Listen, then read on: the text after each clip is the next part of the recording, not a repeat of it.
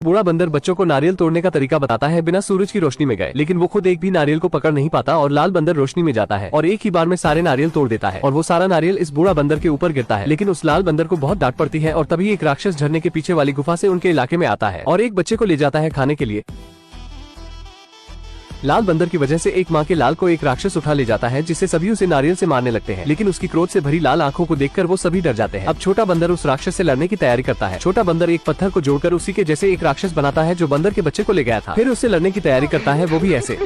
समय बीतता है और अब बंदर थोड़ा बड़ा हो चुका है, लेकिन उस पत्थर की मूर्ति से लड़ने का अभ्यास अभी भी उसका जारी है। लेकिन फिर से वो राक्षस उनके जंगल में आता है एक बच्चे को लेने, लेकिन तभी वो लाल बंदर उसके सामने आता है और लड़ने लगता है नारियल से। लेकिन उससे उसका कुछ नहीं होता और राक्षस लाल बंदर को पीट के एक बच्चे को ले जाता है। नेक्स्ट पार्ट के लिए लाइक करिए, हम समझ जाएंगे। राक्षस लाल बंदर को पीट कर एक बंदर के बच्चे को ले जाता है। वो उसे बचाने की बात करता है, लेकिन बूढ़ा बंदर कहता है तुम उसे नारियल से हराओगे बेवकूफ। तभी एक छोटा बंदर कहता है अगर इसे ड्रैगन किंग से हथियार मिल जाए तो शायद उस राक्षस को हरा सकता है। लाल बंदर बिना वक्त गवाए समुद्र में छलांग लगाता है और ड्रैगन किंग के इलाके में पहुंच जाता है। अपने सामने वो एक विशाल छड़ी को देखता है जो उससे बातें करता है। छड़ी उस लाल बंदर से कहता है मैं तुम्हारा ही इंतजार कर रहा था 5000 सालों से। वो जैसे ही अपना हाथ इस छड़ी पर रखता है तो छड़ी काफी तेज हिलने लगती है, जिससे पूरा ड्रैगन शहर हिलने लगता है और छड़ी काफी छोटी हो जाती है। ड्रैगन किंग को यकीन ही नहीं होता कि उसकी छड़ी एक बंदर चुरा रहा है। वो बंदर छड़ी लेकर अपने इलाके में पहुंचता है, जिससे किसी को यकीन ही नहीं होता कि इतनी शक्तिशाली छड़ी इस झिंगुर के पास है। अब वो छड़ी बंदर को झरने के अंदर पहुंचा देती है, जहां राक्षस उस बच्चे को ऊपर लटका के रखा था और नीचे पानी उबल रहा था। लेकिन बच्चे को निकालने के दौरान राक्षस वहां आ जाता है। छड़ी उस ताले को जल्दी से तोड़ता है और बंदर उस बच्चे को उबलते हुए पानी में गिरने से बचा लेता है। राक्षस लाल बंदर पर हमला कर देता है, लेकिन लाल बंदर अब वहाँ से भागना चाहता था, लेकिन छड़ी लाल बंदर को भागने से रोकता है। नेक्स्ट पार्ट के लिए लाइक करिए, हम समझ जाएंगे। लाल बंदर उस राक्षस को हराने के बाद बच्चे को सही सलामत अपने इलाके में लाता है, तो उसे देखकर सभी वानर उसका नाम मंकी किंग रखते हैं और उसे अपना राजा भी मानने लगते हैं। लेकिन वो बूढ़ा बंदर मंकी किंग से कहता है तुमने सिर्फ एक राक्षस को मारा है, ऐसे सैकड़ों राक्षसों को मारोगे तब जाके देवताओं की नजर पड़ेगी तुम पर। मंकी किंग कहता है अब एक दो नहीं 100 राक्षसों को अकेले ही मारूंगा। किसी भी तरह 99 राक्षसों को तो मंकी किंग मार देता है, लेकिन अब उसे आखिरी राक्षस को मारना है और उसी को मारने के लिए वो एक श्रापित गाँव में जाता है जहाँ राक्षस बच्चों को खाया करता है। मंकी किंग गाँव वालों से कहता है राक्षस को मारने के बाद मुझे सिर्फ अपनी तारीफ चाहिए जो गांव वालों के सामने होनी चाहिए और मैं उस राक्षस को मार दूंगा। मंकी किंग देखता है कि राक्षस बच्ची को खाने वाला है, इसलिए वो जाकर बच्ची को ही मार देता है और हमें बाद में पता चलता है कि वो छोटी बच्ची ही राक्षस है। वो अपने असली रूप में आकर मंकी किंग से लड़ने लगती है, जिससे पूरे गांव में आग लग जाती है। मंकी किंग उस राक्षसी से कहता है कि अगर तुमने मेरी छड़ी 2 मिनट के लिए पकड़ ली तो ये छड़ी तुम्हारी। लेकिन छड़ी को राक्षसनी जैसे ही हाथ से पकड़ती है तो छड़ी शक्तिमान बनकर तुरंत ही राक्षसनी को जमीन के अंदर समा देती है। राक्षसनी नीचे फंस जाती है और मंकी किंग की जीत होती है। वो बच्चों को तो बचा लिया था, लेकिन पूरे गाँव का नामो निशान मिटा दिया था और अब उसकी झूठी तारीफ होती है। अगले पार्ट के लिए लाइक करिए, हम समझ जाएंगे। ड्रैगन किंग जो समुद्र का देवता है वो मंकी किंग को खोजते हुए उस श्रापित गांव में पहुंच जाता है। मंकी किंग को सभी गांव वाले मजबूर होकर उसे झूठी इज्जत से सम्मानित करते हैं। गांव वाले कहते हैं अब तक तुम्हें लेने के लिए अमर जीव आए क्यों नहीं। लेकिन तभी वहां ड्रैगन किंग पहुंच जाता है अपनी छड़ी लेने जो बंदर के पास है। ड्रैगन किंग को पता चलता है कि ये छड़ी अपने मालिक से बात भी करती है, लेकिन ड्रैगन किंग की चमड़ी सूखकर पापड़ होने लगती है, जिससे वो फिर से अपने बाथ टब में जाता है जिसमें थोड़ा पानी है।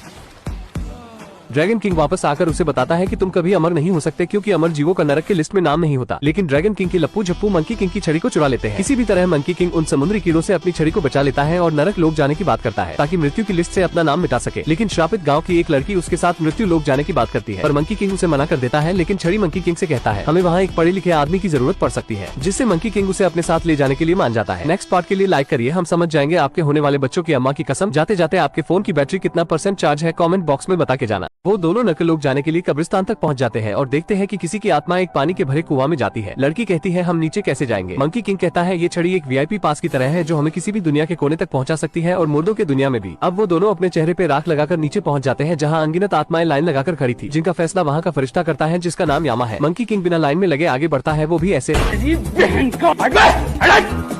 आगे जाने पर मंकी किंग को पता चलता है कि यहाँ कोई जीवित आया तो उसकी मौत पक्की है, इसलिए वो अपने साथ आई लड़की को चारा बनाता है। वो अपने थूक से उसके चेहरे पर लगे राख को मिटाता है और सभी को बताता है कि ये बिटिया जीवित है और लाइन तोड़कर सबसे आगे आ चुकी है चीटिंग करके। इतना कहने पर सारी आत्माएं उसे घेरने लगती है और मौत का फरिश्ता भी उस पर गुस्सा करता है। लड़की बताती है मैं अभी अभी मरी हूँ। मौत का फरिश्ता पूछता है कैसे मरी तुम। लड़की बताती है मैं एक पहाड़ से पानी में गिरी जिसमें बिना दांत वाली शार्क थी और मेरे ऊपर एक घर गिरा और मैं डूब कर मर गई। नेक्स्ट पार्ट के लिए लाइक करिए, हम समझ जाएंगे। नौटंकीबाज लड़की मौत के फरिश्ते को अजीबोगरीब मौत का बहाना बताकर मंकी किंग के पास पहुंच जाती है, जहां सभी के नाम के साथ मौत की तारीख की किताबें होती है और तभी वहां यामा आ जाता है उन दोनों की सूचियां लेकर। ये देखकर बंदर थोड़ा खुश होता है, इसलिए क्योंकि अब उसे इतनी सूचियों में से सिर्फ एक सूची ढूंढनी नहीं पड़ेगी। यामा मौत का ठप्पा लगाता है जिससे उसके कई सारे अवतार प्रकट होते हैं मंकी किंग को मारने के लिए। लेकिन मंकी किंग की छड़ी उसे भी अवतार बनाने का आइडिया देता है। वो अपने बालों को तोड़कर कई सारे अवतार बना लेता है। आखिर में मंकी किंग को असली यामा मिल जाता है और उसकी बुरी तरह से धुलाई करता है और लड़की को उसके टकले से दोनों सूची मिल जाती है। वो मंकी किंग को बताती है कि तुम्हारा कोई परिवार नहीं नहीं है। वो थोड़ा उदास तो होता है, लेकिन मृत्यु सूची से अपना नाम मिटाने के लिए जैसे ही सूची लेने जाता है, तभी यामा ग्रेविटी अंडू भंडू पोर्टल खोल देता है, जिसमें वो सारी चीजों को खींचने लगता है। लेकिन मंकी की छड़ी उसे बचा लेती है और मंकी लड़की को बचा लेता है। उसके बाद वो अपनी छड़ी से उसके जादुई छड़ी को तोड़ देता है और उससे ही अपने मृत्यु की लिखित उम्र मौत के शब्दों को मिटा देता है, जिससे मंकी किंग अमर हो जाता है। अगले पार्ट के लिए लाइक करिए, हम समझ जाएंगे।